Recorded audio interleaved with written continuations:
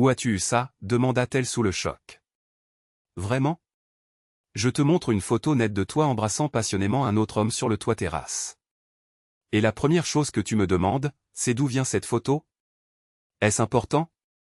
Est-ce que l'endroit où je l'ai eu change le fait que tu m'aies trompé avec lui? Demandai-je à ma femme, avec qui j'étais depuis 7 ans. Chérie, je sais que ça a l'air mal et j'admets que nous nous sommes embrassés, mais ce n'est pas trompé. Comme tu peux le voir sur la photo, nous sommes à une fête bondée. Nous n'avons pas passé la nuit ensemble, évidemment, répliqua-t-elle. Donc, c'est ça ta principale défense. Aucune explication sur qui est cette personne que tu embrasses si passionnément. Et pourquoi supposes-tu que, parce que tu n'as pas de relation sexuelle avec lui sur cette photo à la fête, tout est absolument bien?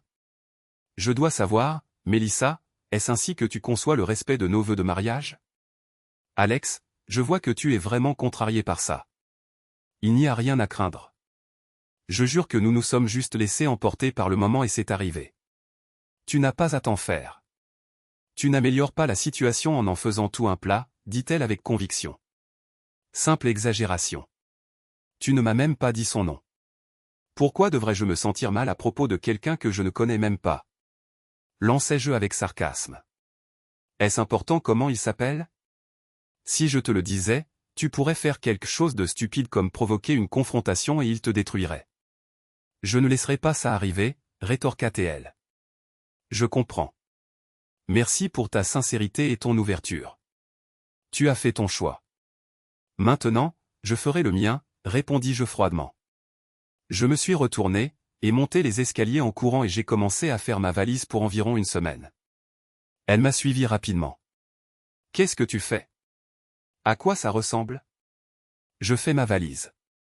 Mais pourquoi? Parce que je ne peux plus tolérer une minute de tes mensonges et de ta tromperie. J'ai besoin de partir et de réfléchir avant de dire ou de faire quelque chose que je pourrais regretter. J'ai parlé en serrant les dents. Ne sois pas stupide, Alex. Je sais que tu ne me frapperais jamais. Eh bien, jusqu'à aujourd'hui, je savais que tu ne me tromperais jamais. Donc, apparemment, nous ne nous connaissons pas aussi bien que nous le pensions. Tromperie? Qui a dit que je t'avais trompé? Cria Mélissa. L'embrasser ne t'a pas trompé, et tu le sais. Je ne t'ai jamais trompé. Voilà, dis-je sarcastiquement. Quoi? C'est ça. Un mensonge flagrant. Mais je ne t'ai jamais menti, Alex.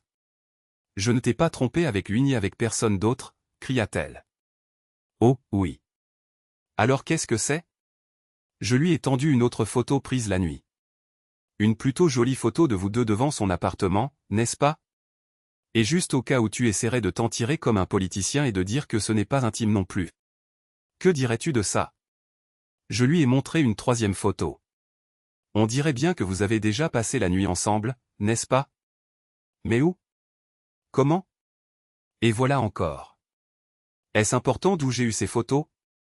Ou comment le fait de savoir cela changera le fait que tu m'as réellement trompé et que tu m'as menti au visage? Elle laissa tomber les photographies sur le sol et commença à sangloter, essayant de me serrer dans ses bras. Ne me touche pas, Mélissa. La communication est un processus à double sens. Je t'ai donné une chance d'être honnête avec moi sur tout et de repartir à zéro, mais tu ne me considères apparemment pas digne de la vérité. Je pourrais rester et essayer d'en discuter avec toi pour le bien de notre fille, si seulement tu étais honnête. Mais cela semble trop demandé de ta part. J'ai pris mon téléphone.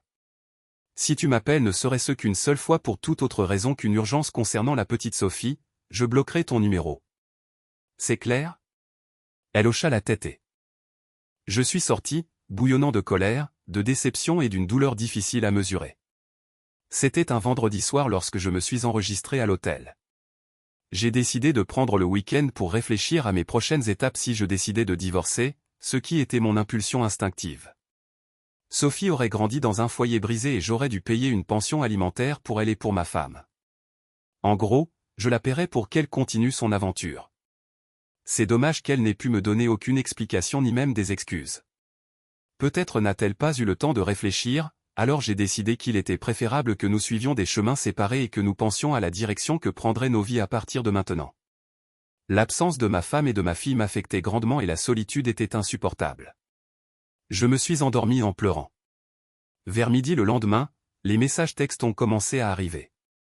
Après avoir obtenu mon diplôme d'architecte il y a quelque temps, j'ai trouvé un emploi dans un cabinet de design local qui était un bureau satellite d'une grande entreprise d'architecture. Après 5 ans là-bas, on m'a offert un poste de chef de projet dans leur studio phare à San Francisco, à 1000 miles de distance. Avec l'augmentation des responsabilités est venue une augmentation significative du salaire. Alors, nous avons joyeusement sauté sur l'occasion, avons déménagé et nous nous sommes installés. Nous avons tous deux laissé derrière nous tous nos amis et notre famille. Mélissa a pris un emploi dans une grande start-up technologique qui employait plus de 200 employés, dont la plupart étaient des femmes.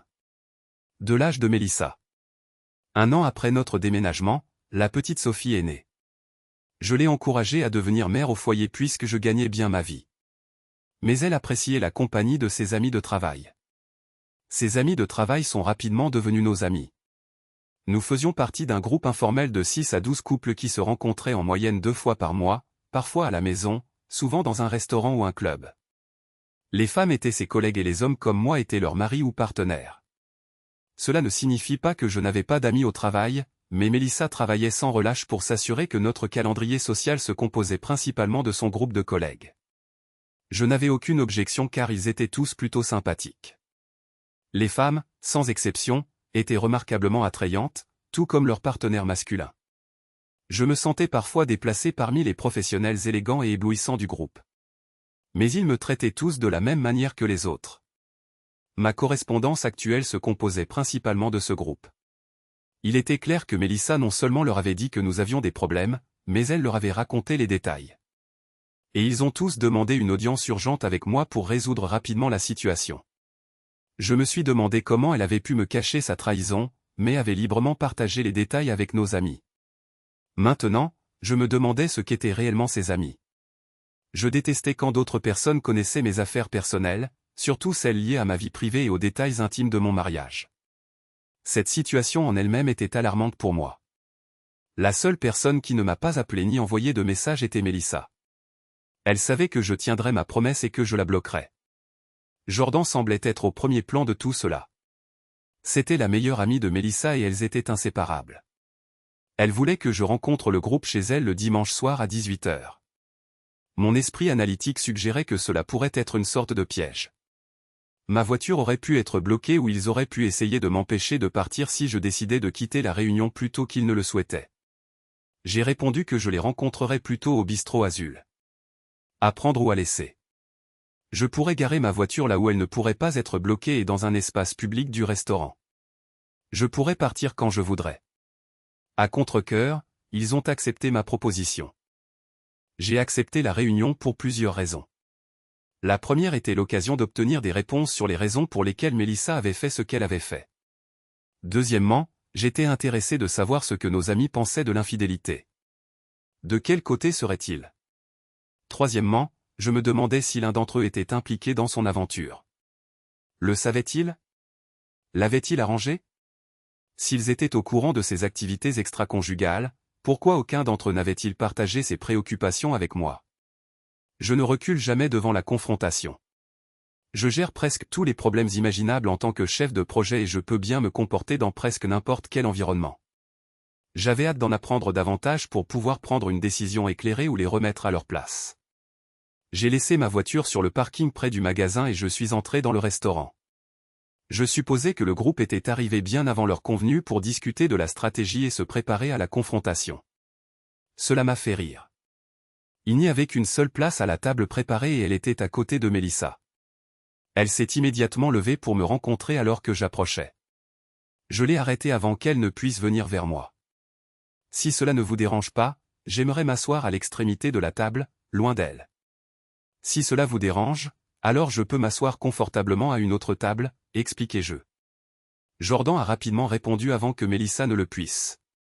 Bien sûr, ça va, Alex.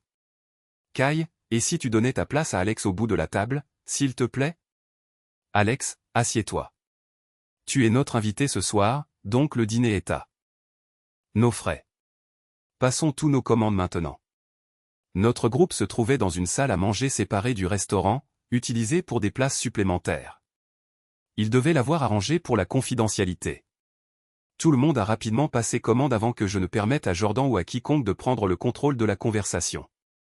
J'étais déterminé à obtenir au moins une réponse avant de continuer. J'ai distribué 2 exemplaires d'une photographie de Mélissa embrassant passionnément un autre homme sur le toit terrasse, l'un tourné vers la gauche et l'autre vers la droite. Vous semblez tous très intéressés par le fait que Mélissa et moi résolvions nos différends. J'ai été choqué qu'elle raconte notre affaire privée à quelqu'un d'autre avant que nous n'ayons eu la chance d'en discuter nous-mêmes, mais cela ne fait que montrer son mépris continu pour moi et notre mariage, ai-je commencé. Jordan a essayé de parler, mais je l'ai coupé. Avant même que toute discussion ne commence, je veux une réponse, et je la veux maintenant. Regardez bien cette photo, tout le monde. Mélissa embrasse passionnément un autre homme. Chut. Il refuse de me dire son nom. Je suis sûr qu'au moins l'un de vous ici sait qui il est. Vous dites tous vouloir nous aider à résoudre nos problèmes. Eh bien, la plus grande aide dont j'ai besoin en ce moment, c'est de l'information. Si aucun de vous ne peut être honnête avec moi maintenant et présenter les faits tels qu'ils sont, alors nous n'avons plus rien à nous dire. Un silence complet s'abattit sur la table. Même la bavarde Jordan ne trouva rien à dire. Aucun d'eux ne proposa de dire qu'il ne connaissait pas l'homme. Aucun d'eux ne proposa de dire qui il était. J'ai eu ma réponse. Merci de votre temps. J'espère que quelqu'un a très faim et pourra manger mon bar. Je viens de perdre l'appétit. Personne ici ne semble vraiment intéressé à nous aider à réparer notre relation. Après tout ce que j'avais dit, je me suis levé de table et je suis parti. Mélissa m'a appelé, me suppliant de revenir, mais personne d'autre ne l'a fait. Il était évident que nos amis étaient ses amis, pas les miens. Mélissa, Jordan et le groupe étaient sidérés. Ils avaient prévu d'avoir une discussion raisonnable avec moi, mais j'avais complètement fait échouer toute la réunion avec ma demande obstinée.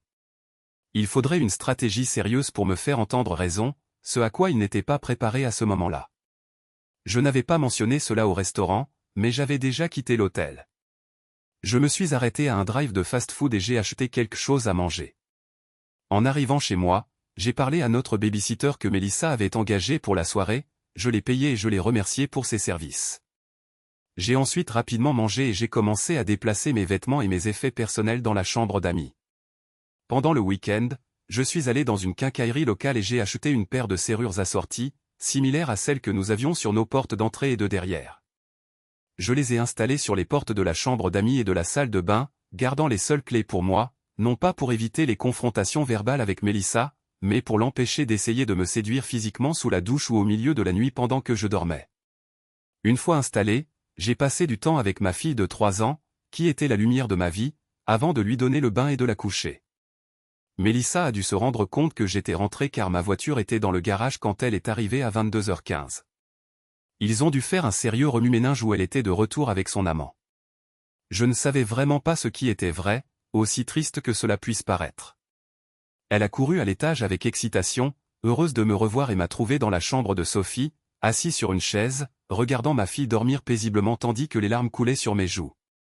Je l'ai fait taire et lui ai fait signe de s'éloigner avant qu'elle n'entre dans la pièce.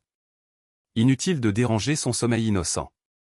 Après avoir fermé la porte doucement, elle a essayé de me serrer dans ses bras, mais je l'ai arrêtée, inébranlable. Elle a souri de toutes ses dents et a dit, « Je suis si contente que tu sois de retour à la maison, à ta place. Laisse-moi te préparer quelque chose à manger. Nous avons quelque chose à nous dire. J'ai déjà mangé, mais merci de l'offre. Alors, où étais-tu tout ce temps à divertir ton amant encore une fois ? Je le pensais sérieusement. Non, je viens de quitter le bistrot. Ils peuvent le confirmer. Ils m'ont aidé à trouver les bons mots pour nous remettre sur les rails. J'ai tant de choses à te dire, expliqua-t-elle. Je te parlerai de tout ce que tu veux après que tu m'auras dit le nom de ton amant. Si tu ne peux pas faire ça, nous n'aurons rien à nous dire. Je ne peux pas. Je ne peux vraiment pas, dit-elle solennellement. J'aimerais que tu sois au moins à moitié aussi dévoué à moi, ton mari, que tu le es à ton amant. Je resterai dans la chambre d'amis jusqu'à nouvel ordre. S'il te plaît, reste loin de moi et ne me touche jamais. Qui sait de quelle maladie dégoûtante tu souffres actuellement, mais je ne te laisserai pas me tenir éloigné de ma fille. Elle a autant besoin de moi que de toi. Si jamais tu décides que tu es prête à parler, le prochain mot que tu prononceras sera le nom de ton amant. Mais si tu es prête à sacrifier notre mariage pour le protéger, alors qu'il en soit ainsi. Cependant, je ne veux pas que tu me dises un autre mot avant d'être prête à prononcer le nom de ton amant. Pour autant que je sache, tu prenais des dispositions derrière mon dos pour récupérer notre fille demain et emménager avec lui. Elle est partie, sanglotant la tête baissée. Une semaine s'est écoulée pendant laquelle Mélissa et moi avons communiqué joyeusement avec Sophie, mais malheureusement pas un mot l'un à l'autre. Enfin, le lundi soir après le travail, je suis rentré chez moi pour une grande surprise. Les choses ne me semblaient pas normales avant que je ne franchisse la porte, mais je suppose qu'il voulait me revoir. Rien n'a été dit qui aurait pu susciter des inquiétudes, mais j'avais l'impression qu'il marchait sur des œufs. Les premiers mots que j'ai prononcés ont été « Où est Sophie ?» J'ai décidé que la conversation d'adulte n'impliquerait pas ma fille. Je l'ai emmenée chez la baby-sitter plus tôt. Elle l'a préparée pour la nuit, expliqua Mélissa. Je vois, ai-je dit, surpris. Il y avait une planification préalable à laquelle je n'avais pas participé. Mais je n'ai pas vu vos voitures garées dans la rue. Nous voulions tous te surprendre, Alex, alors nous nous sommes tous garés à un pâté de maison et avons marché. Nous ne pouvions pas risquer que tu passes juste en voiture si tu voyais toutes nos voitures, a argumenté Jordan. Eh bien, vous m'avez tous certainement pris par surprise. Qu'est-ce qui se passe? Pourquoi êtes-vous tous ici? Quelque chose a-t-il changé récemment dont je ne suis pas au courant? Ai-je demandé. Oui, mon chéri. Commença Mélissa. Pouvons-nous tous aller au salon et nous expliquer maintenant? Je suis prête à répondre à ta question. Certainement, mais d'abord, j'ai besoin d'aller aux toilettes une minute. Je viens de rentrer. J'arrive tout de suite. Pourquoi ne pas y aller sans moi? Je suis allé dans les toilettes du couloir, me suis soulagé, et tiré la chasse et me suis lavé les mains. J'ai commencé à enregistrer sur mon téléphone portable et les soigneusement placé dans ma poche de chemise afin que la caméra soit à peine visible au cas où quelque chose d'intéressant se produirait et j'ai rejoint le groupe dans mon salon. J'ai été surpris de voir deux autres personnes dans le salon qui n'avaient pas été dans la cuisine auparavant. J'ai immédiatement reconnu l'homme avec qui Mélissa me trompait, assis à côté d'une femme un peu plus jeune que lui. Mélissa commença, « Alex, tu as déjà rencontré tout le monde ici, à l'exception d'Elliot Franklin et de sa femme Gail. Ce sont des membres de longue date de notre groupe d'amis, mais tu ne les as jamais rencontrés auparavant. Je sais que cela pourrait être un choc pour toi, mais tu as insisté pour savoir qui il est. Alors, nous avons tous décidé que cela pourrait être la meilleure façon pour toi d'apprendre son nom. Si tu essaies de l'attaquer, tous les hommes ici ont accepté de s'interposer entre vous. Nous ne voulons pas que qui que ce soit blessé ce soir. Alors, vous me donnez enfin un nom à affronter, hein? Un peu tard pour s'inquiéter d'être blessé, n'est-ce pas? Ai-je dit sarcastiquement. Ah, je comprends. Aucun de vous ne s'est un instant soucié que je sois blessé, n'est-ce pas? Votre seule préoccupation était de vous assurer que ce merveilleux type ici reste indemne, n'est-ce pas? Ne vous inquiétez pas, je n'ai aucune intention de toucher cet homme. Je ne veux pas attraper de maladie qu'il aurait pu déjà donner à Mélissa quand il a couché avec elle. Il y eut un gémissement de déception de la part de toutes les personnes présentes dans la pièce. Jordan intervint, « Alex, nous comprenons ta frustration. Cependant, il n'est pas nécessaire d'utiliser un langage dur ou salé. Pouvons-nous parler calmement et professionnellement en amis pendant que cette affaire est résolue? Nous essayons de te donner ce que tu as demandé. Tu voulais son nom et maintenant tu l'as. Nous nous attendions à ce que tu veuilles lui parler, ce que, comme tu peux le voir, nous avons déjà arrangé pour toi. Cependant, Elliot n'a pas besoin que je parle pour lui ou en son nom. Il peut parler pour lui-même. Notre rôle ce soir est seulement de faire les présentations. » Après son introduction, Elliot se leva et tendit la main. « Je crains que nous n'ayons commencé du mauvais pied. J'espère qu'à la fin de cette réunion, nous pourrons être amis ou du moins nos US traités avec respect. Je promets de te traiter avec respect et courtoisie à tout moment et j'espère que tu feras de même. »« Alex, puis-je t'appeler Alex ?» demanda-t-il, me tendant la main. Je ne fis aucun geste pour répondre à sa proposition. Gardant mes mains pour moi. Tout d'abord, puisque nous venons de nous rencontrer pour la première fois, Monsieur Franklin, je préfère que vous m'appeliez Monsieur Rivera. Je ne peux pas imaginer que nous soyons amis, ce qui justifierait une telle intimité. Deuxièmement, vous venez de promettre de me traiter avec respect et courtoisie après m'avoir déjà montré un total irrespect. Pourtant, je devrais docilement ignorer votre totale insolence et vous rendre l'appareil. Fort bien, monsieur Rivera. Ma proposition ne concernait que notre discussion présente. Je ne faisais pas référence aux méfaits ou incidents passés. Si vous me le permettez, j'aimerais vous parler de ce qui s'est passé entre moi et votre femme. S'il vous plaît, ne prononcez pas son nom devant moi et ne l'appelez pas ma femme. Ce statut pourrait être éphémère et je n'en suis pas heureux. Je pèse le pour et le contre du divorce, comme vous le savez probablement déjà. Alors, comment devrais-je la désigner, monsieur Rivera? Vous pouvez l'appeler la femme que j'ai épousée. Un point que j'accepte pour l'instant. D'accord. Monsieur Rivera, j'aimerais discuter de ce qui s'est passé entre la femme que vous avez épousée et moi. J'espère pouvoir présenter les circonstances sous un jour que vous finirez par trouver acceptable.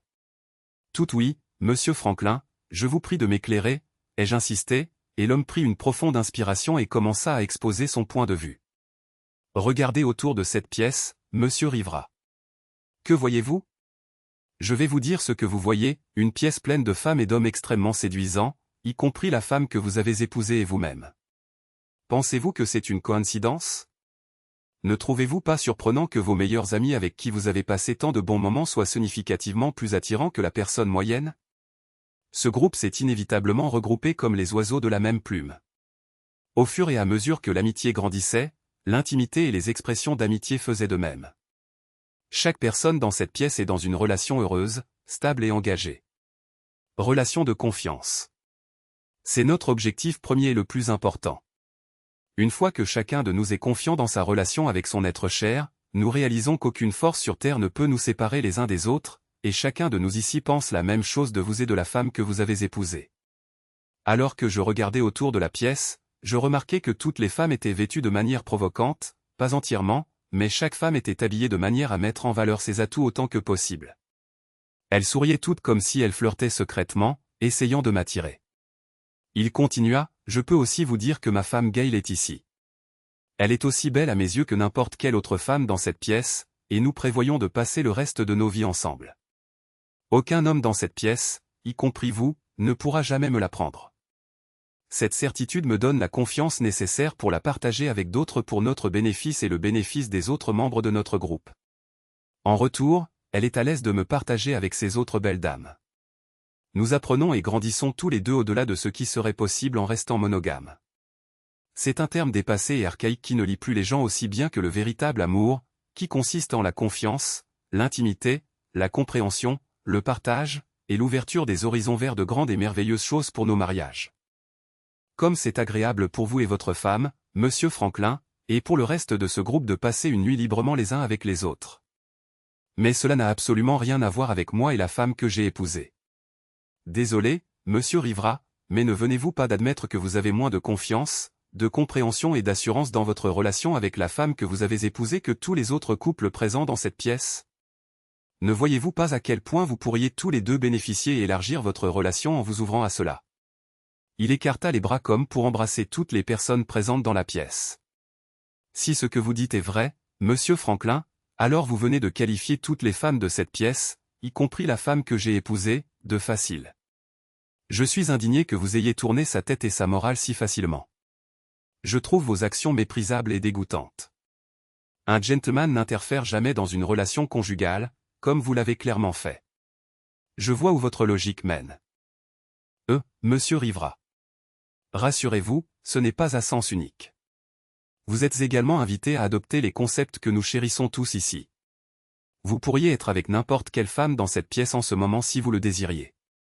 Lorsque vous et la femme que vous avez épousée êtes devenus membres de notre groupe, il était inévitable que l'on vous propose de participer avec nous à tous les niveaux. La femme que vous avez épousée, en raison de ses interactions quotidiennes avec des collègues, a abordé ce sujet avec appréhension, craignant votre réaction possible.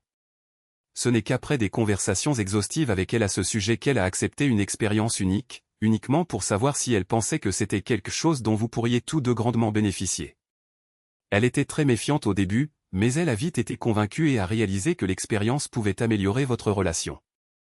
Si vous ne l'aviez pas confrontée si durement cette nuit-là, elle avait prévu de soulever la question avec vous et de discuter des avantages potentiels que, selon elle, l'expérience pourrait apporter.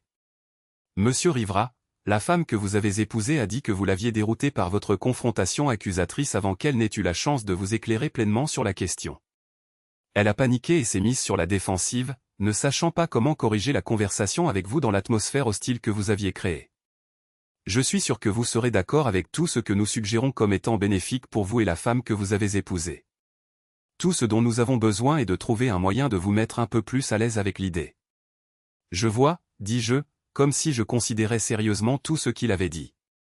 Je regardai alors Mélissa droit dans les yeux et demandai, est-ce que tout cela est vrai? Vous avez discuté de tout cela avec eux à mon insu, puis vous avez accepté de tâter le terrain avec Monsieur Franklin pour voir si vous étiez d'accord que c'était bon pour nous en tant que mari et femme, sans même en discuter avec moi au préalable. Mélissa hocha la tête nerveusement en signe de confirmation avant d'expliquer, ils m'ont dit à quel point c'était merveilleux d'avoir cette relation ouverte et comment cela avait renforcé et amélioré leur mariage.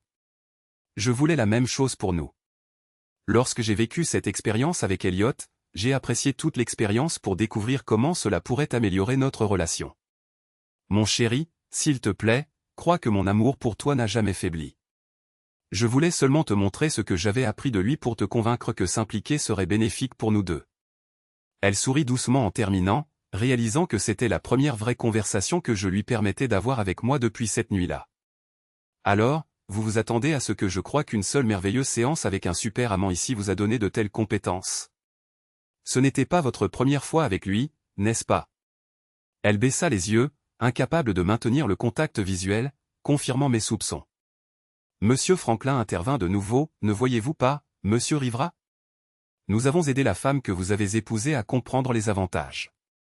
Vous pourriez tout aussi bien être impliqué dans tous les aspects. De plus, il y a d'autres avantages auxquels vous n'avez peut-être même pas pensé, ajouta-t-il. S'il vous plaît, éclairez-me sur ces avantages, insistai-je. Eh bien, Monsieur Rivera, la femme que vous avez épousée apprendra de précieuses leçons lors de nos séances d'amour, et nous pourrons vous rapporter cette connaissance lorsque vous ferez l'amour, juste comme avant. Je vois. Alors, vous vous considérez comme une sorte de Casanova, hein? Monsieur Rivera, je suis un amant très expérimenté et attentif, et je suis vraiment bon pour former des amants moins expérimentés comme la femme que vous avez épousée. Sous ma direction, elle s'épanouira, grandira, apprendra et s'assurera que vous bénéficierez également de ces nouvelles expériences. Son temps avec moi et d'autres lui permettra d'élargir ses horizons. S'il vous plaît, ne vous mettez pas sur la défensive pendant que j'explique ceci. Nous traversons tous des périodes dans nos vies où nous devenons complaisants et nous enlisons dans la routine. Les relations amoureuses peuvent perdre de leur éclat. Sans aucune intention de vous insulter, la femme que vous avez épousée a mentionné qu'elle aimerait essayer de nouvelles choses. Je regardai Mélissa droit dans les yeux de nouveau.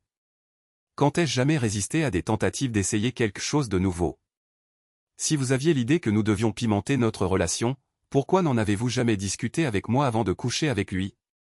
Elle répondit timidement, s'il te plaît, ne le prends pas mal, chérie.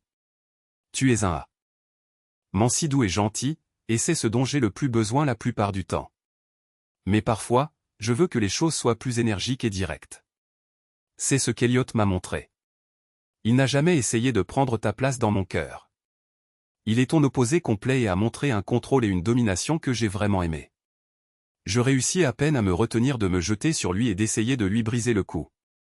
Si j'avais jamais caressé l'idée que Mélissa et moi pourrions reconstruire notre relation et y travailler pour le bien de notre fille, cette idée était maintenant perdue à jamais. Une tempête faisait rage en moi, battant sans fin dans ma poitrine. À l'extérieur, je montrais calme et paix. Parvenant à la conclusion subconsciente du divorce, ma nouvelle tâche était de recueillir le plus de munitions possible pour repousser le coup, créant autant de chaos que possible dans leur vie pour leur participation à la destruction de mon foyer heureux. Pour y parvenir, je devais montrer suffisamment d'intérêt pour leur donner une lueur d'espoir que j'hésitais à considérer l'offre. Je regardais chaque femme, les déshabillant du regard et ne cachant pas ma luxure implicite. Alors, si je comprends bien ce que vous dites, Monsieur Franklin, c'est que je peux avoir n'importe quelle femme ici dans cette pièce si je le souhaite et l'utiliser pour réaliser mes fantasmes que j'ai cachés jusqu'à présent toute ma vie conjugale simplement parce que la femme que j'ai épousée n'y était pas prête. Mélissa parut offensée par ma déclaration, mais ne dit rien, ne voulant pas entraver mon accord. Exactement, Monsieur Rivera. N'importe quelle femme que vous voulez, elles peuvent toutes faire partie de vos rêves, et je le sais de première main. J'ai créé des souvenirs intimes inoubliables avec chacune de ces dames, et je parle d'expérience personnelle. Vous pouvez même profiter de ma femme, Gail, si vous le souhaitez. Il parla avec enthousiasme. Je pouvais sentir l'électricité dans la pièce alors qu'il s'attendait à ce que mes désirs intimes l'emportent sur ma logique. D'habitude, Mélissa pouvait faire cela facilement, mais pas ce soir. Eh bien, monsieur Rivera, ou puis-je vous appeler Alex maintenant? Demanda le scélérat. Alex fera l'affaire. Je cédai pour gagner leur confiance. Merci, Alex. Voyez-vous notre groupe sous un meilleur jour maintenant? Mélissa et vous nous rejoindrez-vous à ce nouveau niveau d'intimité? Vous ne le regretterez pas. Votre mariage n'en sera que plus fort. Je vous le garantis. Aussi pénible que cela me soit de le dire littéralement, plaisantais-je. J'aimerais un peu plus de temps pour digérer tout ce qui m'a été expliqué ce soir. Mélissa et moi avons besoin d'avoir quelques conversations privées en tête-à-tête. Une fois que nous aurons clarifié certaines questions, nous vous reviendrons avec notre réponse. Est-ce acceptable? Le scélérat eut un sourire manifestement faux. Il avait du mal à feindre la politesse. Il ne s'attendait pas à ce délai. Il voulait ma réponse tout de suite, mais il ne l'aurait pas. Bien sûr, dit-il d'un ton flatteur. Prenez tout le temps dont vous avez besoin. Puis il hocha la tête. 3 hommes forts m'attrapèrent et me tinrent rapidement en place. Je ne pouvais plus bouger. Bien que j'aie été fermement maintenu, je ne me sentais pas menacé. Ce n'était qu'un mouvement inattendu. Mélissa s'approcha, sortit mon téléphone portable de la poche de ma chemise et commença à cliquer, effaçant tous mes enregistrements. S'il te plaît, comprends, Alex. Nous voulons essayer de te faire confiance. Vraiment. Mais tant que tu ne fais pas pleinement partie d'eux. Nous devons prendre des mesures pour nous protéger. Il était très évident que tu enregistrais les événements de cette soirée sur ton téléphone portable. Nous ne pouvons tout simplement pas nous permettre ce niveau de confiance en toi pour le moment. Mélissa fit un signe de tête vers le scélérat. Elle lui demanda, tout est supprimé? Tout? Mélissa hocha la tête, disant, oui, il n'y a aucune trace des événements d'aujourd'hui. Elle remit ensuite le téléphone dans ma poche. Il devint alors très clair qu'elle était déjà un membre à part entière de leur groupe, puisqu'il lui faisait confiance pour accomplir cette tâche contre ma volonté. J'affichai le regard de défaite que le scélérat recherchait. Monsieur Franklin continua, tu vois, Alex, ne sois pas si découragé. Je veux croire que tu as décidé de conserver l'enregistrement principalement pour mieux choisir qui tu accompagneras lorsque tu rejoindras pleinement notre groupe au plus haut niveau. Mais s'il te plaît, comprends que nous ne pouvons tout simplement pas prendre ce risque.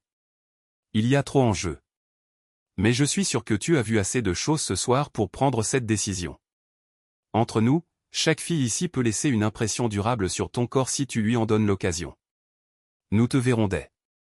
Est-ce que tu le pourras? D'accord. Il me tapota le dos et le groupe quitta discrètement la maison sans grand bruit. Certaines des dames flirtaient et m'envoyaient des regards séducteurs en s'éloignant, formant un symbole de téléphone avec leurs mains à l'oreille et chuchotant doucement, « Appelle-moi ». Après le départ de la dernière, je pris mes clés et me dirigeai vers le garage. « Où vas-tu » demanda Mélissa, interloquée. « Chercher Sophie, si ça te dérange pas, répondis-je sèchement. J'espérais que nous pourrions, tu sais, nous rapprocher physiquement ce soir encore. De plus, elle s'attend à ce que Sophie passe la nuit. Il n'y a aucune raison d'aller la chercher tout de suite, n'est-ce pas, dit-elle d'un ton séducteur, en tournant ses cheveux, en se léchant les lèvres et en affichant une pose provocante devant moi. Ma fille me manque. Apparemment, toi non. Je serai bientôt de retour, dis-je. Elle mit les mains sur les hanches et se tint là avec défi, mais je l'ignorai et quittai la maison. Je me rendis au restaurant Azul Beastro. J'avais faim, n'ayant pas dîné et regrettant le plat que j'avais commandé mais jamais mangé la dernière fois que j'y étais allé. Ils ne me déçurent pas. Je pris mon temps et savourai le poisson tendre, repassant les événements de la soirée dans ma tête. J'espérais que tout se passerait comme je l'avais prévu. Seul le temps le dirait. La gentille Madame Thompson me remercia sincèrement pour mon pourboire généreux, que j'avais ajouté à son taux horaire habituel. Je devrais peut-être la séduire dans un proche avenir, indépendamment de Mélissa. Sophie était contente de voir papa, et je la fis rire tout le long du chemin du retour. Je lui donnai son bain et la nourrissais avant le coucher. Mélissa me dit qu'elle préparait quelque chose de léger pour nous, car nous n'avions pas dîné. Je l'informai que j'avais déjà mangé et qu'elle pouvait simplement s'occuper d'elle-même sans se soucier de moi. Agacée par ma mesquinerie, elle se tint à distance, ne voulant pas contrarier Sophie avec notre prochaine discussion, car c'était lundi soir et nous travaillions tous les deux le lendemain. Je commençais aussi à me préparer pour le lit. Que se passe-t-il, Alex? Tu semblais très intéressé par la proposition d'Elliot pour notre groupe et ensuite tu m'as rejeté comme une patate chaude. Qu'est-ce qui s'est passé? Demanda-t-elle. Je suis si content que tu aies posé la question. Permets-moi de répondre à ta question par quelques questions. Peut-être que tes réponses t'éclaireront, suggérai-je. Vas-y, accepta TL. Juste avant qu'ils ne partent, 3 hommes m'ont attrapé chez moi. Et tu n'as rien dit à ce sujet. N'est-ce pas? Ce n'était pas comme ça, protesta TL. Ce n'est pas le cas? 3 hommes m'ont attrapé et retenu chez moi. Oui ou non? Mélissa, est-ce arrivé? Oui. Mais avant qu'elle ne puisse protester, je l'interrompis. Oui, ils l'ont fait. Et tu n'as pas dit un mot de protestation à aucun des autres témoins qui étaient également silencieux. Oui ou non, Mélissa? Réponds juste oui ou non. Non, répondit-elle doucement. Nous en sommes enfin arrivés au point. Maintenant, écoute très attentivement la prochaine question. Je ne veux pas me répéter. Tu admets que tu n'as exprimé aucune objection à ce que je sois retenu chez moi. Tu admets aussi que tu as pris mon téléphone portable et en as supprimé les enregistrements. Non pas à ma demande, mais à la demande de quelqu'un d'autre. Est-ce vrai, Mélissa? Oui ou non? Est-ce vrai? Mélissa baissa les yeux vers ses pieds. Oui, c'est vrai. Je n'y avais pas pensé de cette façon. Tu fais passer ça pour une trahison de ma part. C'est une trahison, Mélissa. Maintenant, revenons à ta première question. Pourquoi t'ai-je rejeté comme une patate chaude? Qu'est-ce qui s'est passé? Tes propres réponses devraient te révéler la vérité sur la raison pour laquelle j'ai fait cela. Tu prouves ce soir que tu étais de leur côté, pas du mien, pas d'une autre, mais du leur. Si tu n'as pas d'objection, je vais encore dormir seul aujourd'hui. Mélissa commença à sangloter tandis que je partais. La laissant dans le couloir pour qu'elle réfléchisse à son comportement. Bien sûr, j'ai verrouillé ma porte. Vers 4 heures du matin, j'entendis quelqu'un essayer la poignée de porte. 3 ou 4 tentatives infructueuses suffirent à faire échouer son effort. Le mardi matin, je parlais avec l'associé principal du cabinet d'architecte où je travaillais. Dan, peux-tu me recommander un avocat spécialisé dans les divorces? Je veux dire, un bon qui se battra aussi fort pour un homme que pour une femme. S'il te plaît, dis-moi que tu ne demandes pas pour toi-même, Alex, supplia Dan. Malheureusement, c'est le cas. J'aurais pensé qu'un homme de ta position serait au courant de telles choses. Tu sembles tout savoir, plaisantai-je. Je connais Teresa Russo. C'est notre contact au cabinet qui s'occupe de toutes nos affaires juridiques. Je suis sûr qu'elle peut te donner le nom de quelqu'un de bien. Laisse-moi l'appeler rapidement et je te rappellerai. Merci, Dan. Et pas besoin d'en parler. Cela restera entre nous. Je respecte la vie privée des autres. Tu n'as aucune idée à quel point c'est agréable d'entendre ça. Merci, Dan. Je pris rendez-vous avec B. Thornton sur la recommandation de Teresa pour 14h30 le même jour. Il s'avéra que ce n'était pas B, mais B, comme Barbara. Elle m'informa que sa charge de dossier était de 70% de femmes et 30% d'hommes. Mais lorsqu'elle accepte un dossier, elle y met tout son cœur et son âme et se bat pour son client, quelles que soient les circonstances. Il ne fallut pas longtemps pour la convaincre du bien-fondé de ma position en tant que partie lésée, et elle m'accepta avec plaisir. Elle m'avertit également que je devrais payer une pension alimentaire pour enfants pendant 15 ans jusqu'à ce que Sophie ait 18 ans. De plus, les frais universitaires sont généralement inclus dans ces calculs dans l'intérêt supérieur de l'enfant. J'expliquai que je n'avais rien contre le fait de subvenir aux besoins de ma fille, mais que j'espérais une garde partagée à 50-50e, soit hebdomadaire, soit bimensuelle. Elle ne put faire de promesses, mais elle jura de se battre avec acharnement pour ces conditions. Concernant la pension alimentaire pour conjoint, elle expliqua que je serais très probablement obligé de la payer pendant 3 à 5 ans, selon le juge que nous aurions. Basé sur les différences de revenus, le résultat habituel dans notre État était de prévoir 1 an de pension alimentaire pour chaque tranche de 2 ans de mariage, jusqu'à 20 ans de mariage.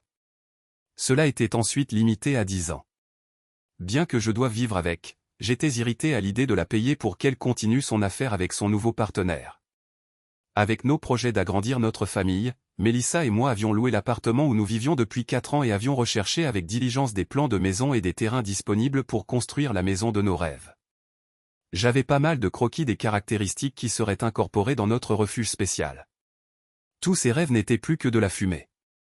Au moins, il n'y avait pas de maison à vendre, à diviser ou à contester.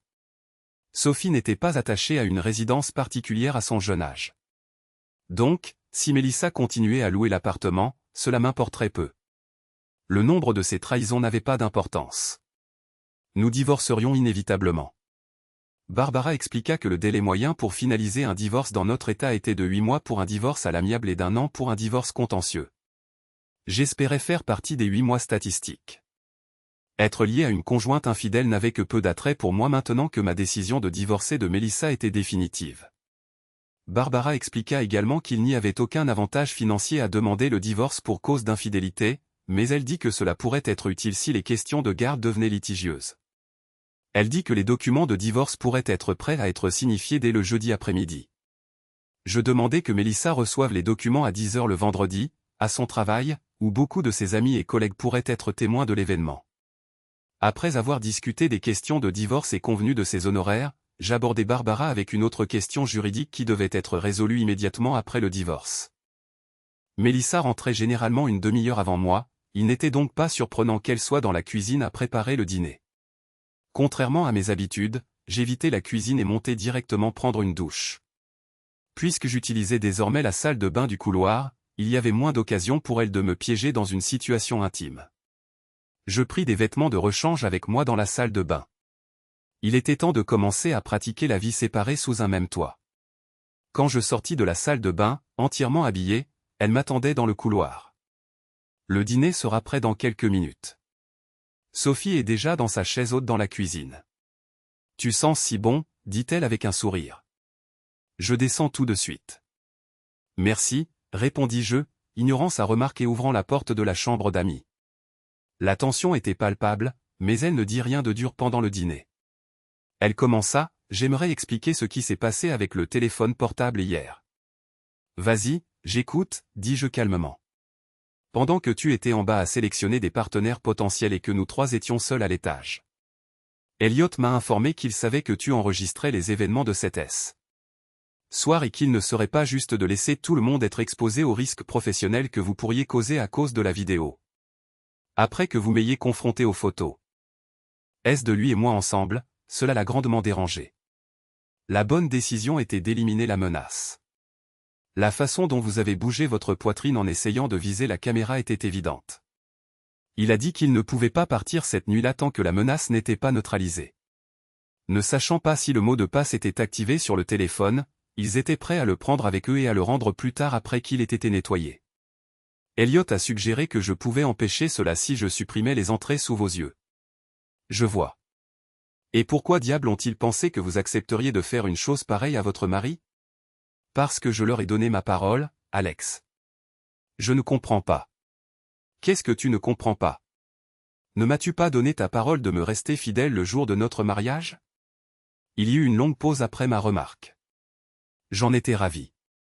Chérie, je ne veux pas que tu penses que je suis de leur côté. Je ne le suis pas du tout. N'est-ce pas? Et si les circonstances avaient été inversées?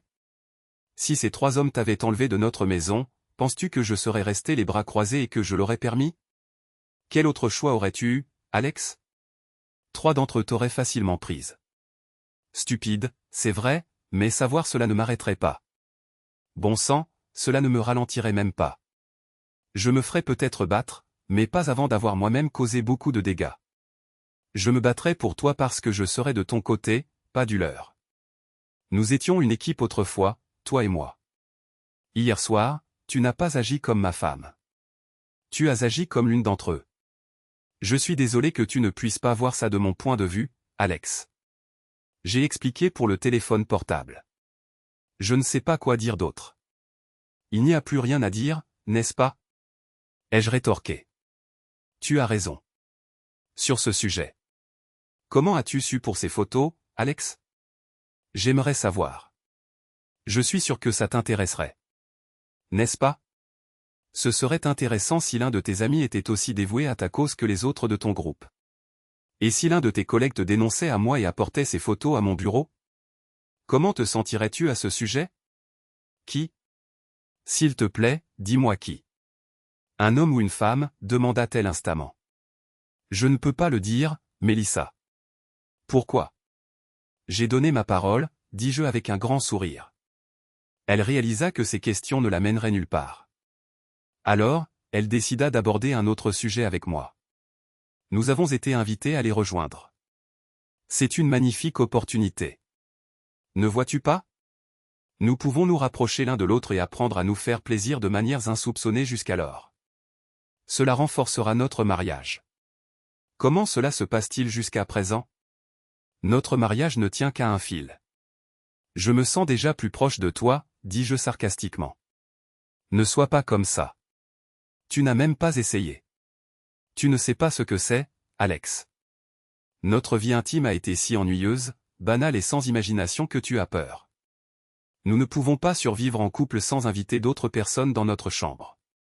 Je n'ai pas dit ça. Cela ne signifie pas que nous ne pouvons pas survivre sans cela. Mais ne veux-tu pas faire plus que simplement survivre? Ne devrions-nous pas saisir les opportunités de renforcer notre mariage quand elles se présentent? Quel serait le mal?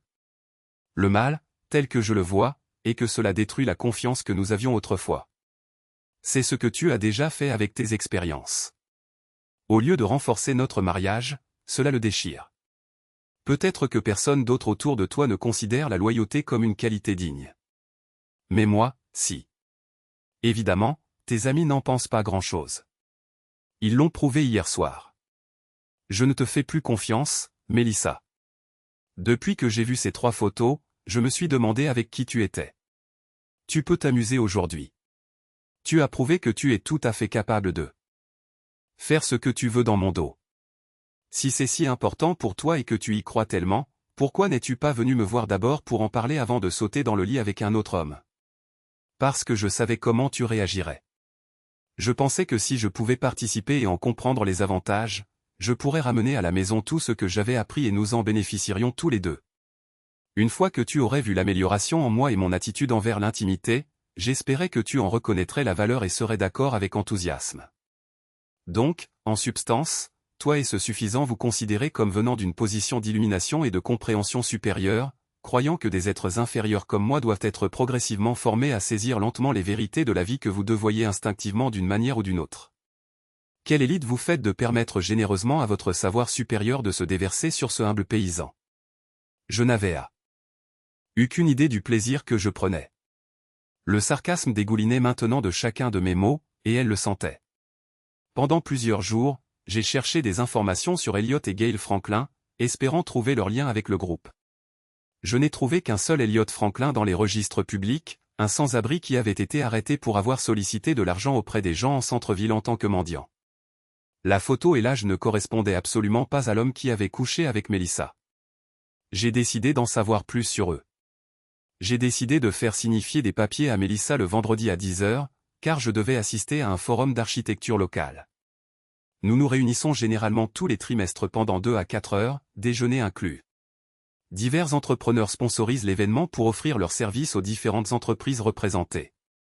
De cette façon, lorsque Mélissa appellerait ma secrétaire, elle confirmerait mon absence prolongée, et je laisserais intentionnellement mon téléphone portable en mode silencieux. Le seul appel auquel je répondrais serait celui qui nécessiterait mon attention au travail. Je n'ai pas complètement évité Mélissa. Je voulais juste lui laisser le temps de se remettre du choc initial avant de lui parler. Quand je suis finalement retourné au travail, je l'ai rappelé suite aux nombreux messages qu'elle m'avait laissés. Je l'ai entendu s'éloigner rapidement des autres et enfin me parler. « Tu es sérieux? Me poursuivre en justice devant mes amis? Comprends-tu à quel point c'était humiliant pour moi? Vas-tu vraiment divorcer de moi pour ça? Je t'ai dit que ce n'était rien, Alex. Quand comprendras-tu ça? Pourquoi ne réponds-tu pas au téléphone? Pourquoi refuses-tu de me parler de ça? Ma secrétaire aurait dû te dire que j'étais à une réunion de cabinet d'architectes. Je viens de rentrer au bureau et je t'ai rappelé tout de suite. J'ai du travail à faire. Tu sais, ça ne s'arrête pas juste parce que tu veux parler. Et quant aux conversations, quand ai-je refusé de te parler? C'est toi qui as évité de me parler ces 2 derniers jours. Je ne refuse jamais une conversation. Je te parle maintenant, n'est-ce pas? Mais puisque nous avons tous les deux des emplois, continuons cette conversation à un moment plus approprié après le travail. Alors nous pourrons parler de tout ce que tu veux, pleura TL au téléphone. Je ne veux pas divorcer, sanglota TL.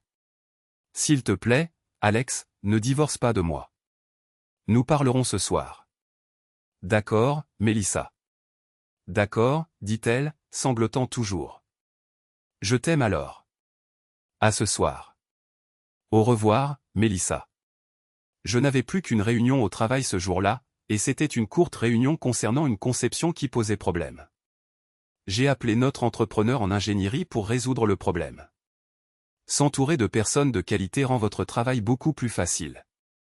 Je suis parti 1 heure plus tôt, car les vendredis soirs sont généralement moins problématiques. La plupart des gens ne veulent pas résoudre des problèmes le vendredi après-midi. Cependant, je réalisais que je devrais faire face à ce problème et la meilleure façon est de la rencontrer en face à face. Réalisant qu'elle n'était peut-être pas d'humeur à cuisiner ce soir-là, j'ai acheté le dîner chez Polarmo et je lui ai envoyé un message à ce sujet. Elle est arrivée peu après moi. J'ai pris le sac de Sophie et l'ai sortie de la voiture pour la porter dans la maison.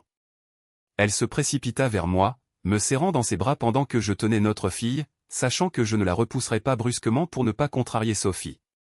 J'ai assis Sophie dans sa chaise haute et l'ai aidée à manger. Les tout-petits peuvent vraiment être des mangeurs salissants.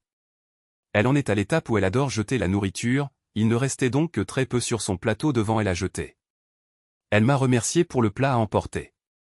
Nous avons tous les deux parlé gentiment à Sophie et étions heureux. Bien qu'elle versait parfois des larmes en le faisant, j'ai passé la majeure partie de la soirée avec Sophie, ne m'éloignant jamais loin d'elle jusqu'à ce qu'elle soit couchée. Encore une fois, elle était mon soutien, mon objectif, ma raison d'endurer des circonstances difficiles. Je savais que cela allait arriver, et j'étais aussi préparé que possible. Elle regardait les papiers du divorce quand je suis entré dans le salon où elle se trouvait. Elle prit une profonde inspiration pour se calmer avant de parler. Je suis désolé, Alex. D'accord. C'est ce que tu voulais entendre? Pour être honnête, c'est la première excuse que tu m'as présentée depuis le début. De quoi t'excuses-tu exactement, Mélissa? Je suis désolé que tu aies vu ces photos et que tu l'aies appris de cette façon.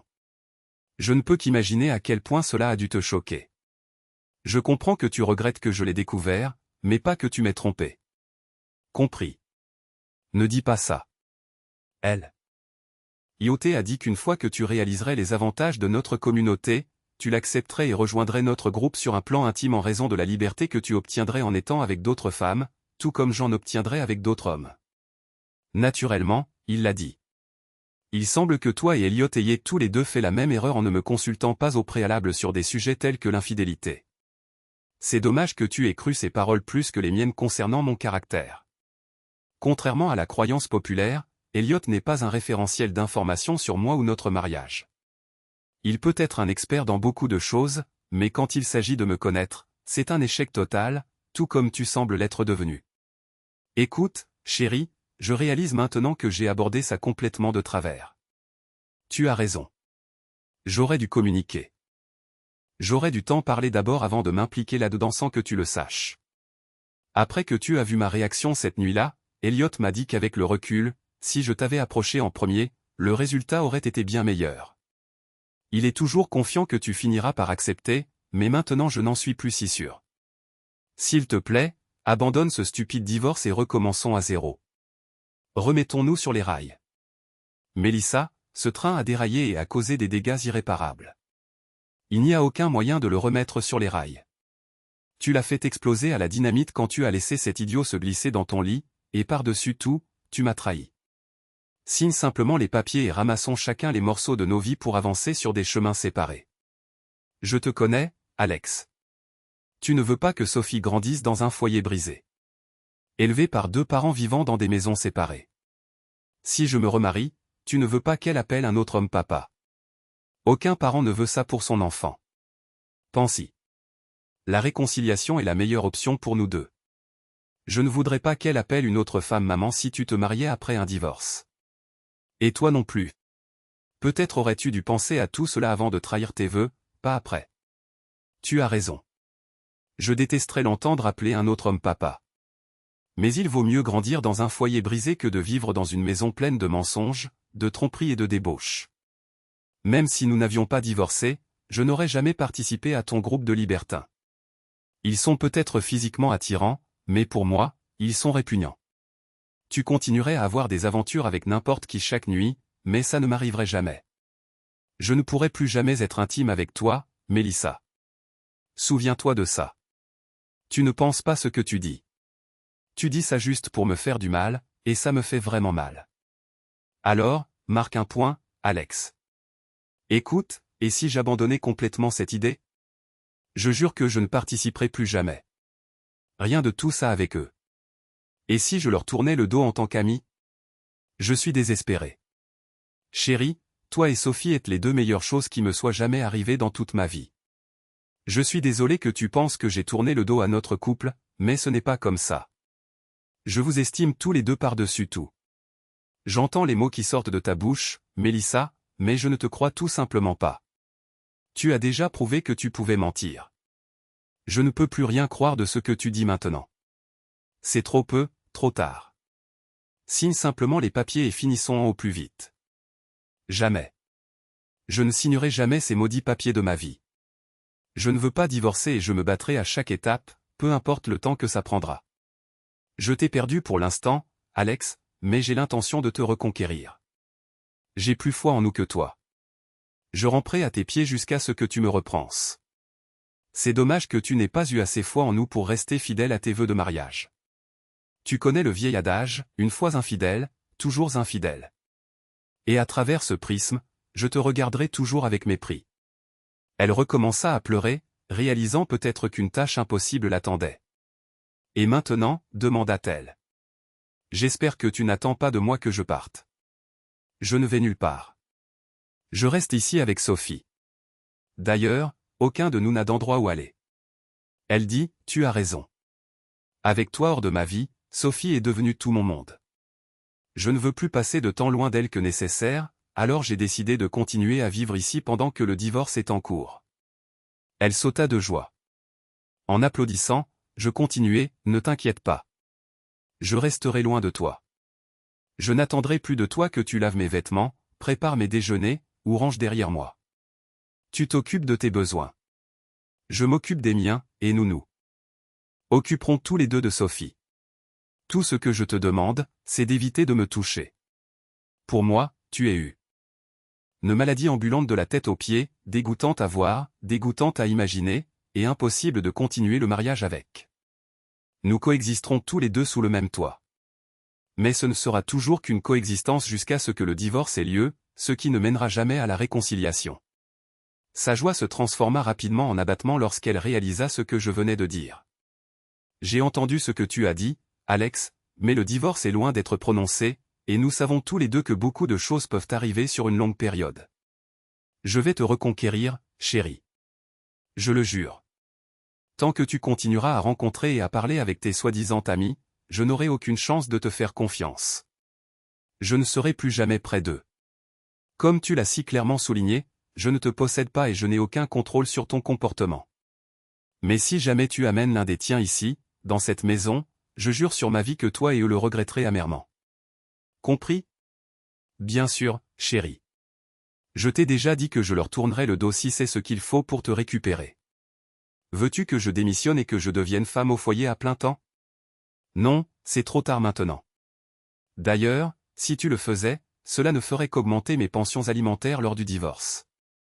Elle n'aimait pas ma remarque, mais garda un sourire joyeux pour moi.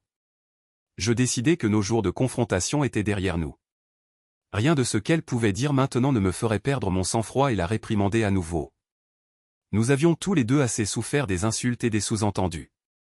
Je pouvais être professionnel au travail comme à la maison. Je décidai de traiter cela comme un arrangement commercial temporaire. Rien n'était autorisé à interférer avec mon temps avec ma fille. Pendant quelques semaines, nous eûmes des conversations courtes et polies, ne parlant que de ce qui était nécessaire. Étonnamment, nous fûmes d'accord avec certaines des suggestions de mon avocat. En attendant, je paierais tout le loyer si Mélissa payait toutes les charges.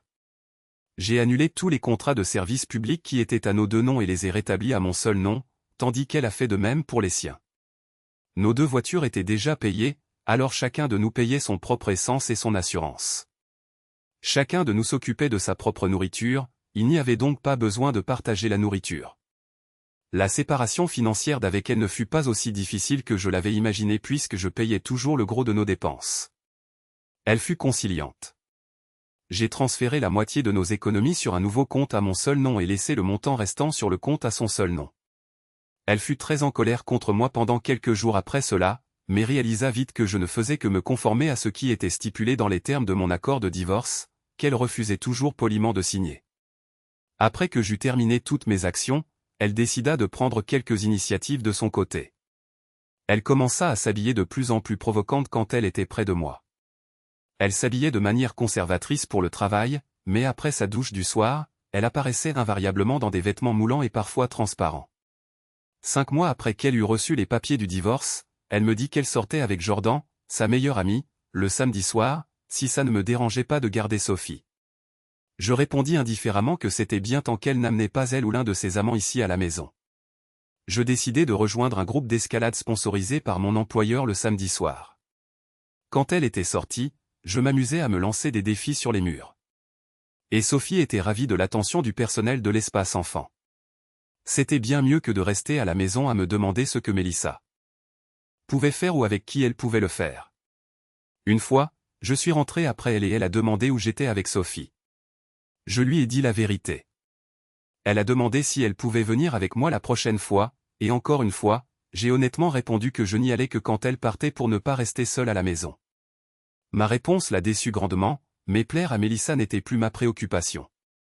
Elle me demandait souvent comment nous pourrions retrouver une relation amoureuse si je ne lui donnais jamais de chance. Elle n'a jamais signé les papiers du divorce. Ça a pris une année entière. 6 mois après le dépôt de la plainte, Barbara Thornton, mon avocate, me contacta pour me dire que l'avocat de Mélissa avait obtenu 10 séances de conseil familial obligatoires, à raison de 2 par semaine. Je devais être présent et ne pouvais pas simplement rester assis sans dire un mot pendant toute la séance. Je devais répondre à chaque question que le conseiller me posait. Je lui demandais si je pouvais répondre à chaque question avec la même courte et simple phrase. Barbara me dit qu'elle se fichait de ce que je disais tant que je disais quelque chose en rapport avec notre mariage. Je la remerciai et raccrochai. Bien sûr, l'avocat de Mélissa avait fait en sorte que le conseiller conjugal prenne parti pour l'épouse et blâme facilement le mari. Je me fichais de ce que le thérapeute pensait de moi tant que je respectais la lettre de la loi. Je répondais à chaque question et déclaration de Mélissa et du thérapeute en disant « Je ne veux pas rester marié à une femme qui m'a trompé ». Il ne fallut pas longtemps avant qu'elle ne s'irrite et ne se mette en colère contre moi. Mais si ma remarque répétée était brève, elle s'appliquait aussi à notre mariage. Je tins bon face au barrage d'attaques verbales dirigées contre moi par les 2 femmes avec un sourire aux lèvres. Je n'ai jamais élevé la voix, insulté qui que ce soit, ni utilisé un seul mot dur. Après la 5e séance infructueuse, le thérapeute annula les séances restantes, citant l'improductivité et une perte de temps. Les mois restants passèrent sans changement au statu quo. Je continuais à passer chaque moment libre avec Sophie et pouvais dire qu'elle ressentait le lien spécial que j'avais tant travaillé à créer. Quelques jours avant l'audience de divorce, Mélissa déménagea de la maison et emmena Sophie avec elle. J'ai aussi reçu une ordonnance d'éloignement m'interdisant de les approcher toutes les 2 jusqu'à la date de leur procès. Après cela, Barbara me contacta avec 2 nouvelles. J'ai essayé de te prévenir, Alex. Elle affirme maintenant que tu l'as maltraitée à 3 reprises séparées. Plusieurs occasions. Elle n'a pas signalé cela au moment de l'incident car elle espérait une réconciliation. Compte tenu du prix qu'elle était prête à payer pour que son enfant vive dans un foyer biparental, les dossiers médicaux soumis par son avocat montrent plusieurs ecchymoses et d'autres preuves. Elle demande la garde exclusive, ne vous accordant que de rares visites supervisées par les services de protection de l'enfance. J'ai bien peur qu'elle ne vous ait mis dans une situation délicate. Y a-t-il le moindre grain de vérité dans ces accusations? Barbara, vous me connaissez bien mieux. Pas un mot de tout cela n'est vrai. Pas un mot. D'accord, j'avais juste besoin de l'entendre de vous. Je me battrai bec et ongle pour vous jusqu'au bout. Mais j'ai peu d'espoir de réfuter ces accusations sans preuves irréfutables pour étayer vos dénégations. Barbara, a-t-elle fourni les informations nécessaires que vous aviez indiquées comme étant indispensables pour enquêter sur ces allégations? Oui, elle l'a fait. Les détails sont dans un dossier à mon bureau. Pouvez-vous m'envoyer par email les informations que son avocat a fournies? Bien sûr, quoi qu'il en coûte. Maintenant, rappelez-vous, vous ne pouvez pas l'appeler, lui envoyer de mails, de SMS, ou la contacter, elle ou votre fille, de quelque manière que ce soit avant que je ne vous le dise. Comprenez? Rien. Si elle vous appelle et que vous entendez sa voix, ne dites pas un mot. Raccrochez immédiatement. Comprenez-vous? Ordonna TL. Compris, répétez-je. 2 jours plus tard, en rentrant à la maison après le travail, j'ai été choqué de voir Mélissa assise à la table de la cuisine. Sa voiture était introuvable. Peut-être voyageait-elle avec quelqu'un d'autre. Elle m'attendait. Je n'avais aucune idée pourquoi. Mon premier réflexe fut de courir pour éviter de violer l'ordonnance restrictive, mais elle m'interpella bruyamment avant même que je puisse sortir de la porte. Alex, retourne-toi et écoute-moi si tu veux revoir Sophie un jour. Elle a certainement attiré mon attention. Cependant, essayant de ne pas lui parler, je me suis contenté de la regarder en gardant mes distances. Oh, je comprends les ordonnances restrictives. Eh bien, vous n'avez pas besoin de dire un mot. Écoutez simplement. Je suis resté calme et n'ai fait aucun geste qui aurait pu être mal interprété comme agressif ou conflictuel. D'abord, donne-moi ton téléphone portable pour que je puisse l'éteindre. Je l'ai posé sur la table de la cuisine. Elle l'a pris et l'a éteint pour s'assurer qu'il n'y avait pas d'enregistrement, a-t-elle poursuivi. J'ai fait de mon mieux pour vous persuader de revenir. Mais vous étiez si têtu que j'ai dû recourir à des mesures désespérées. Qu'est-ce que ça fait quand les rôles sont inversés? Ça ne fait pas du bien maintenant, n'est-ce pas? Désolé, Alex. Vous ne m'avez laissé aucun autre choix. Nous savons tous les deux que vous ne m'avez jamais touché. Je vous ai déjà dit que vous ne m'aviez jamais frappé de toute votre vie. Et je le crois toujours, même ici et maintenant. Mais je devais m'assurer d'obtenir la garde exclusive de notre fille, ne vous laissant que des miettes de temps que vous pourrez passer avec notre petite fille. Cela me fait mal d'être si cruel avec vous, Alex, mais cela aime. A donné l'opportunité de négocier avec vous. Mélissa s'éclaircit la gorge et continua. Si vous annulez le divorce, mettez-y fin et acceptez volontairement que nous rejoignions notre groupe d'amis comme ils l'ont généreusement suggéré. Alors je lèverai l'ordonnance restrictive et je reviendrai ici. Nous pourrons reprendre notre vie de famille heureuse. Sophie ne viendra pas d'un foyer brisé. Elle sera élevée par ses 2 parents vivant heureux sous le même toit. Pensez-y, Alex. Qu'en dites-vous? Qu'est-ce qui ne vous plaît pas? Je vous promets que vous vous y habituerez rapidement. Je serai heureuse de vous montrer de nouvelles astuces que j'ai déjà apprises ici et maintenant. Si vous êtes prêt, ce sera peut-être trop tôt. Qu'en dites-vous, Alex? Allez-vous descendre de vos grands chevaux et vivre avec moi dans le monde réel pour changer? Vous vous amuserez beaucoup. Je l'ai regardé droit dans les yeux, lui faisant savoir que je considérais sérieusement son offre. Alors, ce que vous dites, c'est que si j'accepte avec vous et vos amis, vous ne limiterez en rien mon accès à Sophie. Pourquoi voudrais-je jamais m'interposer entre un père aimant et son enfant? Vous savez aussi bien que moi que l'enfant vous aime plus que moi. Elle pose constamment des questions sur vous et cela me brise le cœur quand je la garde loin de vous. Dites simplement oui, Alex. Dites simplement oui et tous nos problèmes disparaîtront, a-t-elle insisté. D'abord je vous ai perdu, puis j'ai perdu ma fille. Ma vie est insupportable. Elle me manque éperdument. Je veux tellement être avec elle, ai-je pleuré. Juste un mot de votre part remettra tout en ordre, Alex, et tout sera rétabli, insista TL. Donnez-moi du temps pour y réfléchir. J'ai besoin de faire des exercices mentaux pour comprendre comment je peux vous partager avec d'autres hommes. J'ai juste besoin de temps. D'accord. D'accord, chérie. Je vous entends. Vous analysez toujours tout du point de vue d'un architecte. Nous avons une audience au tribunal dans 2 jours. J'ai besoin d'avoir de vos nouvelles demain. Envoyez-moi juste un mot. Oui. Ainsi, je saurai que vous êtes avec moi, avec nous, et je arrangerai les choses. Mais si je n'ai pas de vos nouvelles avant l'audience, je vous punirai pour le reste de votre vie. Votre fille grandira en vous haïssant. Je le promets et vous me le paierez. S'il vous plaît, ne me forcez pas à faire cela. Soyez avec nous pour Sophie. D'accord, chérie. Faites le bon choix pour elle. Elle m'a frappé là où ça faisait le plus mal, ma fille. Rien au monde n'était plus important pour moi que cette fille. Je répondrai dès que possible. Maintenant, s'il vous plaît, partez, ai-je insisté. Elle passa devant moi avec un sourire narquois. Elle savait qu'elle m'avait acculé. J'ai retenu mon souffle jusqu'à ce que j'entende la porte se fermer. J'ai regardé par la fenêtre pour voir une Tesla brillante s'arrêter à côté d'elle. Le conducteur, bien sûr, était Elliot Franklin. Ils devaient beaucoup la valoriser pour aller jusqu'à de telles extrémités afin de l'intégrer à leur groupe. J'avais beaucoup à méditer. Barbara m'a informé que ma présence à l'audience de divorce n'était pas requise. Ma présence là-bas ne changerait pas l'issue, mais je voulais y être. Alors que je sortais des toilettes des hommes pour me diriger vers la salle d'audience, Melissa s'approcha de nulle part et s'exclama « Tu as eu ta chance, espèce d'idiot. Je vais te détruire. Ta fille ne connaîtra jamais ton nom, et elle grandira en appelant un autre homme, papa. J'épouserai un vrai homme qui n'est pas si incertain, qui me fait confiance et croit en moi dans notre mariage, qui est prêt et ouvert aux nouvelles expériences, contrairement à toi. » Elle me cracha au visage et s'éloigna rapidement, provoquant des halètements de la part du public, qui se demandait quel crime cruel j'avais commis contre une si belle femme. J'ai sorti un mouchoir et me suis essuyé le visage. J'espérais seulement que mon avocate était à moitié aussi bonne que sa réputation le laissait entendre. Alors que j'entrais dans la salle d'audience et m'asseyais au fond, attendant mon tour, la journée était chargée au tribunal.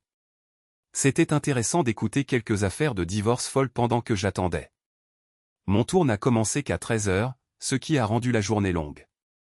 Melissa fut appelée à témoigner en premier. D'abord parce qu'elle avait déposé une ordonnance restrictive et porté des allégations contre moi. Le divorce était une question mineure par rapport à cela. J'ai écouté attentivement alors qu'elle témoignait de tout ce dont j'étais accusé, y compris les dates, heures et lieux spécifiques des attaques présumées. C'était son atout pour obtenir la garde de l'enfant, une pension alimentaire et même potentiellement de la prison pour moi. Après qu'elle eut parlé en larmes de ces jours terribles et des coups que je lui avais portés, mon avocate griffonna tranquillement des fleurs dans les marges de ses notes. Melissa et son avocat semblaient stupéfaits que mon avocate ne lui pose pas plus de questions. Son sourire narquois envers moi alors qu'elle se levait pour quitter le banc des témoins en disait long. Elle savait qu'elle avait gagné. Même mon avocate ne contesta pas une seule de ses déclarations. Elle était prête à tenir sa promesse de monter ma fille contre moi. Je frissonnais à cette pensée. « Votre honneur, je voudrais appeler Monsieur James Msenamra à la barre, demanda Barbara. Le juge hocha la tête en signe d'approbation et un homme quelconque de taille moyenne prit place devant. Melissa et son avocat échangèrent des regards et elle haussa simplement les épaules. Il semblait lui être étranger. « Veuillez décliner votre nom complet pour le dossier, monsieur, demanda Barbara. James Winford Msenamra. Merci, monsieur Msenamra. Puis-je vous appeler James? Jim, s'il vous plaît, appelez-moi Jim. Bien sûr. Bien sûr. Merci, Jim. Pourriez-vous dire au tribunal où vous travaillez et ce que fait votre entreprise? Oui, madame. Je possède et exploite Maniamra Investigation and Security.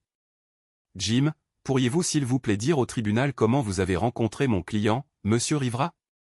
Oui. Il est venu me voir il y a environ 14 mois, inquiet au sujet de sa femme, madame Melissa Rivera. Il soupçonnait une infidélité, mais n'avait aucune preuve. Nous offrons des services de détective privé pour confirmer ou réfuter de tels soupçons, et il a contracté avec nous sur le champ. Je vois. Et qu'avez-vous découvert lors de votre surveillance de madame Rivera, Jim? Nous avons pu recueillir des preuves de son infidélité et lui avons fourni 3 photographies documentant sa relation avec un autre homme. Les photographies que vous lui avez fournies étaient-elles les seules copies existantes de sa liaison? Non, madame.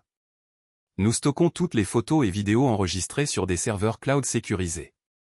Nous prenons très au sérieux le maintien de la chaîne de preuves. Nos agents entièrement agréés et assurés sont dignes de confiance dans ce district judiciaire et dans plusieurs autres. Nous avons tous les originaux. Monsieur Rivera n'a reçu que des copies. Avez-vous d'autres copies de ces mêmes images avec vous, monsieur? Oui, j'en ai une ici. Je peux confirmer que ce sont des copies des originaux bruts. Merci, Jim. Votre honneur, si je puis me permettre, nous aimerions verser au dossier ces 3 copies de photographies prises par Msenamra Investigation. Le juge accepta les photographies, les examina, hocha la tête et les remit au huissier pour traitement. Merci, votre honneur. Maintenant, Jim, Est-ce tout ce que vous aviez en commun avec Monsieur Rivera? Non, madame. Il était préoccupé par une relation avec un U. Une liaison avec un homme non identifié pourrait être en cours et m'a demandé de suggérer des moyens de déterminer si c'était le cas. J'ai recommandé à Monsieur Rivera d'installer des caméras de surveillance miniatures cachées et des microphones dans toute sa maison, qui pourraient être surveillés en permanence. De tels appareils pourraient enregistrer des appels téléphoniques, des réunions secrètes et des images explicites d'infidélité. J.M. Rivera a engagé votre entreprise pour faire cela? Oui, madame. Nous avons installé l'équipement le lendemain pendant que M et madame Rivera étaient au travail. Objection, votre honneur. L'avocat de Mélissa s'est plaint. Je vois où cela mène. Et avant que cela n'aille plus loin, je demande que vous considériez toute preuve obtenue par le biais de ces répugnantes caméras cachées comme irrecevable. Monsieur Rivera aurait pu facilement éditer ou altérer ces séquences pour faire apparaître la situation comme bon lui semble et dénigrer ma cliente. C'est inacceptable. La juge Feldman a écouté l'objection et a regardé Barbara. Avant de prendre une décision sur votre objection, conseil, je voudrais déterminer s'il y a un fondement à cette préoccupation. Merci, votre honneur. Jim, pouvez-vous expliquer à la Cour la nature et le type de système de vidéosurveillance que vous avez installé au domicile de Monsieur Rivera à sa demande? Bien sûr. Les caméras transmettent les données à un ordinateur portable caché dans le vide sanitaire sous la maison. L'ordinateur portable est connecté à un réseau Ethernet filaire qui transmet constamment toutes les données collectées à nos serveurs cloud sécurisés. Monsieur Rivera n'avait pas accès aux enregistrements bruts. L'ordinateur portable ne stocke aucun enregistrement ou fichier local autre que l'adresse web vers laquelle les données en streaming sont envoyées et stockées. La seule interaction de Monsieur Rivera avec le système consistait à remplacer les minuscules piles des émetteurs des caméras tous les mois. La juge Feldman a souri à Jim et a hoché la tête. Je vous ai déjà vu dans ma salle d'audience, Monsieur Msenamra.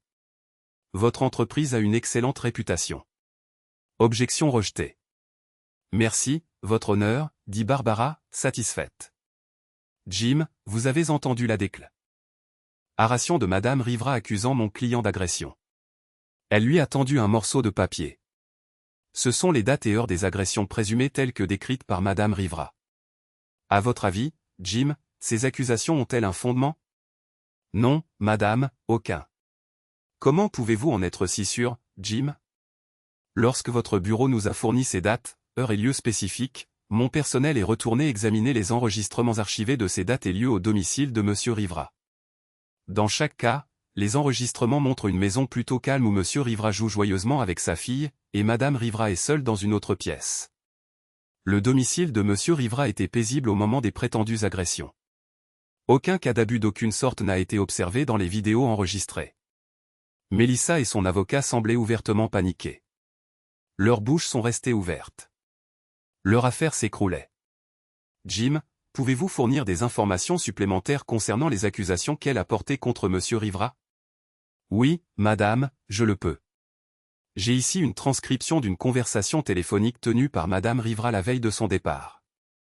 Bien sûr, ce n'est que sa version de la conversation, mais elle y dit clairement qu'elle déteste recourir à cela contre son mari, qu'elle aime beaucoup. Mais le fait de recourir à l'idée de se faire frapper par quelqu'un d'autre pour pouvoir l'accuser, lui, était évident.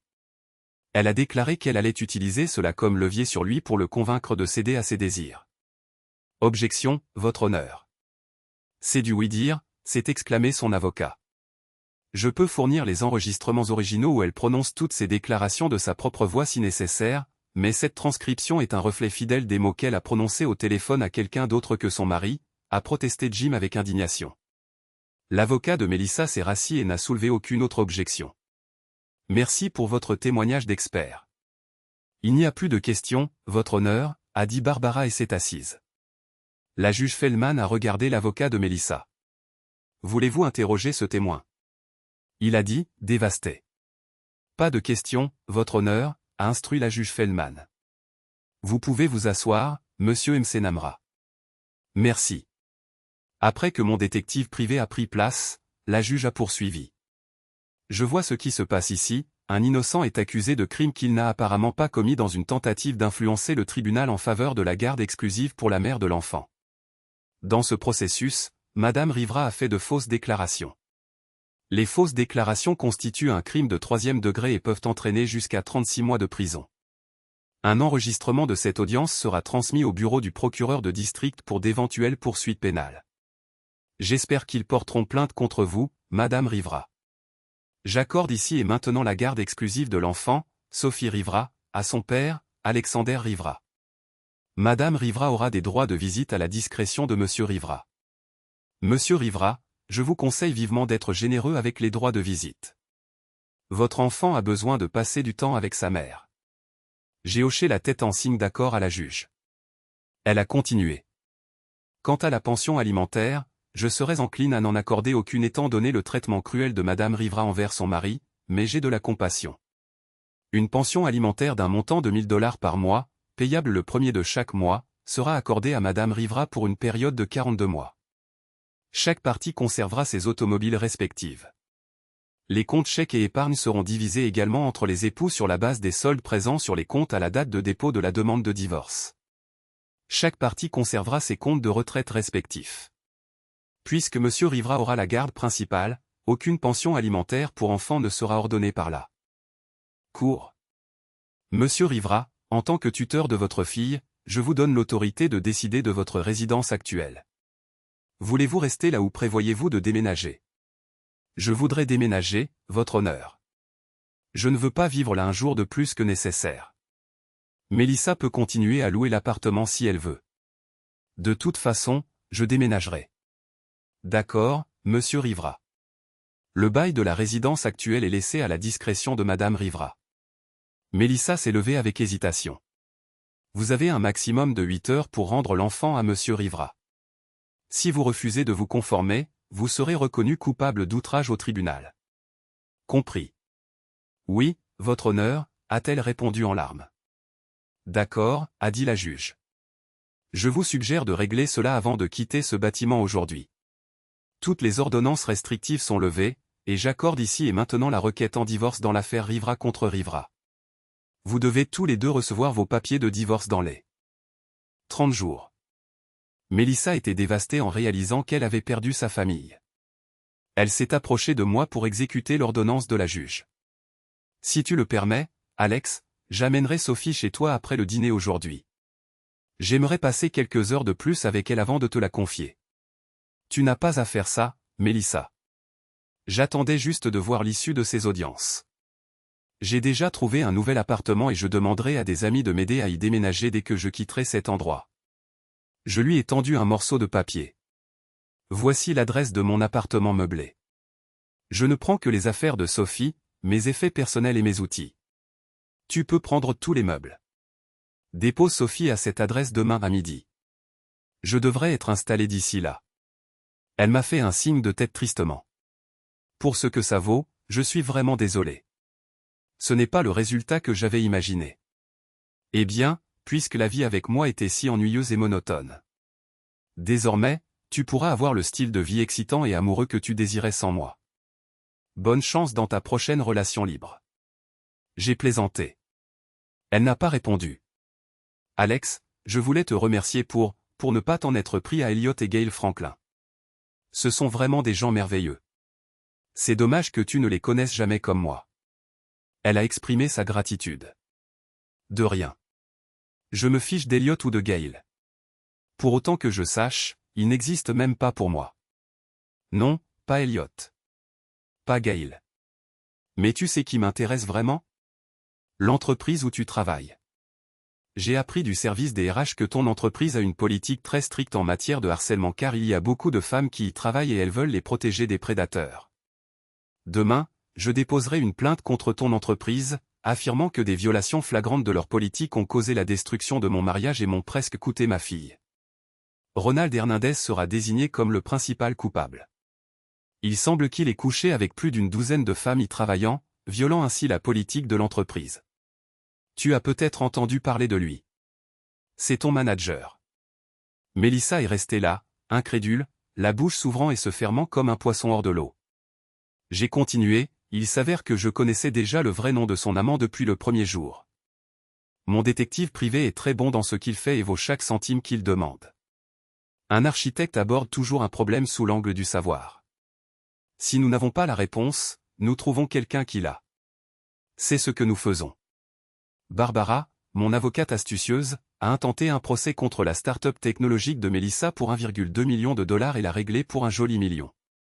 Elle a gardé 250 000 dollars et j'ai eu le reste. Le jour où j'ai reçu le chèque de règlement, j'ai fait un chèque à Mélissa de 442 000 dollars en un seul paiement.